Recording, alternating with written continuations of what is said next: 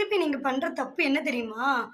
உன் பொண்டாட்டி உன்ன விட்டுட்டு எவனோட போறாளோ, இல்ல உன் அக்கா, தங்கச்சி உனக்கு தெரியாம எவனோட பழக்க வச்சிருக்காளோ, உன் அப்பன்கிட்ட இல்லாம உங்க ஆத்தாக்காரி எவன்கிட்ட போய் வப்பாட்டி வச்சிருக்காளோ, அதெல்லாம் பார்க்கறது கிடையாது.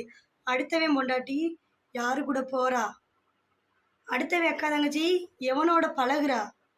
இவ ஆத்தா யாரு கூட பேசுதா? இதே பொழப்பால உங்களுக்கு எல்லாம் நாரப் பயலுவலா? செத்த மூதேவி! நீ எப்ப பாரு இதே புத்தியோடயே அலையுதா? உன் வீட்ல இருக்க ஓட்டைய அட. சரியா? அதுக்கடுத்து ஊராத்த வீட்ல இருக்க ஓட்டையெல்லாம் நீ அடைப்ப.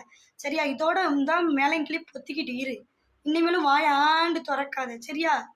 இனிமேலும் உன் பொண்டாட்டி ஒழுங்கா இருக்காளா? நம்ம பொண்டாட்டி துவைக்கும்போது, இங்க இங்க எதுவுமே தெரியாம இருக்குதா? அத பாரு.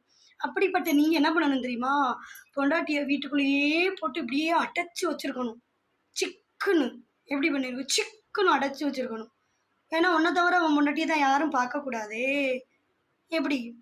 உன் அக்கா தங்கச்சியை தான் யாருமே பார்க்கக்கூடாது. அப்ப நீ என்ன பண்ணக்கூடாது? எங்கேயுமே அனுப்பக்கூடாது. எப்படி?